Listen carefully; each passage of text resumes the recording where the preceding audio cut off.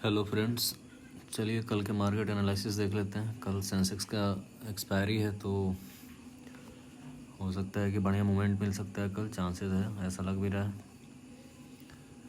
तो उससे पहले कि एक बार कल का एनालिसिस जो मैंने किया था उसको एक बार देख लेते हैं। तो कल मैंने 4-5 कंडीशन बताए थे और उसमें मैंने आपको क्लियरली बोला था कि सेंसेक्स में जो चार्ट बन रहा है उसको थोड़ा प्राथमिकता ज़्यादा दीजिएगा। तो मैंने बोला था कि अगर इस लाइन को आगे टच करता है फिर मार्केट नीचे आ जाएगा। तो मैं हमेशा यही बोलता हूँ कि जो भी लाइन को टच करता है वहाँ से बाउंस बैक एक आना ही रहता है। इस लाइन को क्लियरली टच किया, आप देख सकते हैं, फिर वहाँ से मार्केट आपका नीचे आ गया। तो कम से कम आपको यहाँ तक का तो प्रॉफिट आपको मिलना चाहिए, मिला होगा मे बी, अगर आप देखे होंगे। तो एनालिसिस में लेवल्स बहुत बढ़िया काम करते हैं, एग्जैक्टली अच्छे से काम करते हैं, क्योंकि एग्जैक्ट पीपल साइकोलॉजी यही रहता है जिसके हिसाब से सब चीज़ मार्केट में चलता है। तो अब कल क्या हो सकता है उसको देख लेते हैं। कल हो सकता है कि मार्केट आपका निफ्टी सेंसेक्स फ्लैट खुल सकता है। फ्लैट 5-10 पॉइंट इधर उधर जो भी है इधर उधर खुल सकता है। तो मार्केट तो अभी बुलिश ही लग रहा है। आज का जो हुआ है ये बस प्रॉफिट बुकिंग था। तो हो सकता है कि कल फिर से मार्केट में एक बढ़िया बाइंग आ सकती है। तो बाइंग आपको, मेरे को लग रहा है ना ऐसा कि मॉर्निंग में ही आपको अच्छा बाइंग दिख सकता है, क्योंकि यहाँ देखिए मैं हमेशा बोलते रहता हूँ गैप। तो गैप मार्केट में बहुत ज़्यादा काम करता है, गैप थियरी जो होता है। तो यहाँ पे देखिए कितना बड़ा गैप है, यहाँ गैप है, फिर यहाँ गैप है। सेंसेक्स में भी अगर आप देखेंगे तो CS क्लोजिंग तो इस ग्रीन लाइन के आसपास में हुई है। अगर यहाँ पे आप देखेंगे तो यहाँ देखिए कितना बड़ा गैप है ये, यहाँ से यानी कि यहाँ तक का बहुत अच्छा गैप है, और इधर तो और बड़ा गैप है यहाँ। तो कल वॉलेटिलिटी आपको बहुत शानदार मिल सकती है। किस केस में? अगर मार्केट बुलिश होगा तो। अगर बियरिश हुआ तो थोड़ा सा स्लो मूवमेंट रहेगा, अगर बुलिश रहा तो मूवमेंट बहुत फास्ट होंगे। तो चलिए कंडीशन देख लेते हैं। सेंसेक्स से ही चालू करते हैं, ज़्यादा बेटर रहेगा, क्योंकि इसका गैप्स बड़ा है तो इसका लेवल ज़्यादा परफेक्टली काम करेगा। तो कहने का मतलब ये है कि अगर मार्केट कल फ्लैट टू नेगेटिव या स्मॉल पॉजिटिव के जैसे भी खुलता है तो इसके हिसाब से ना, जैसे मान लीजिए मार्केट आपका यहीं कहीं खुला इसी आसपास में, या फिर यहाँ कहीं खुला, तो अगर आप देखेंगे कि अगर ये जो लेवल है इसको ब्रीच करता है, मार्केट सस्टेन करता है, तो फिर ना ये ऊपर ही चला जाएगा। हालांकि होना ये चाहिए, मुझे ऐसा लग रहा है कि यहाँ पे ना बहुत फास्ट मूवमेंट होगा, क्योंकि आप निफ्टी में ऐसा देखेंगे सेम चीज़ में। तो इस लाइन के नीचे ये जो 24,172 है, ये 24,185, 80, 90 है, इसको मान के चलिए 24,172, इसके नीचे नहीं जाना चाहिए। और गैप डाउन खुलेगा तो इसके नीचे नहीं खुलना चाहिए।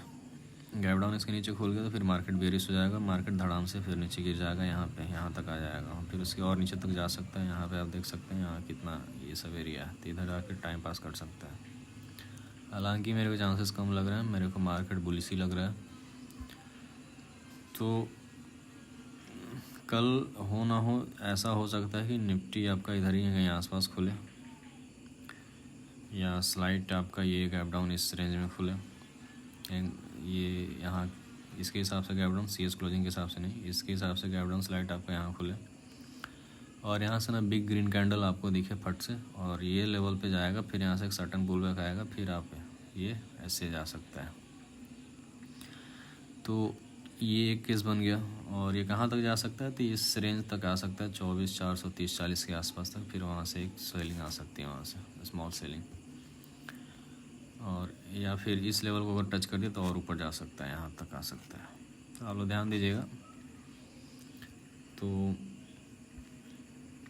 ये एक आपका एनालिसिस हो गया। अब मान लीजिए कि मार्केट इधर ही कहीं खुलता है, इधर ही कहीं खुलता है, फिर उसके बाद ये गया इधर आसपास।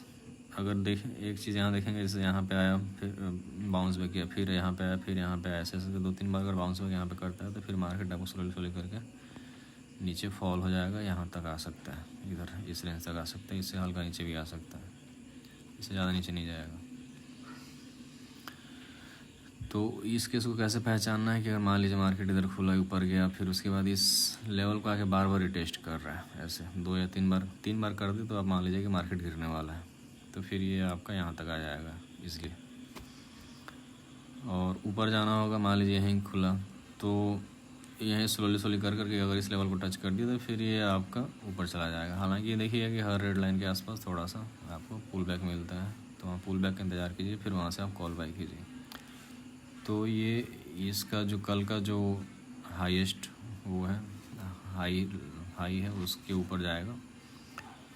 तो यहाँ पे हो सकता है कि ये आके इधर जाए और फिर यहाँ से इधर भी आ जाए, या फिर यहाँ से जाके फिर ये ऊपर चला जाए। अगर इस लेवल को टच कर दिया तो ऊपर ही चला जाएगा, अगर इस लेवल को टच नहीं किया तो यहाँ से फॉल आ सकता है।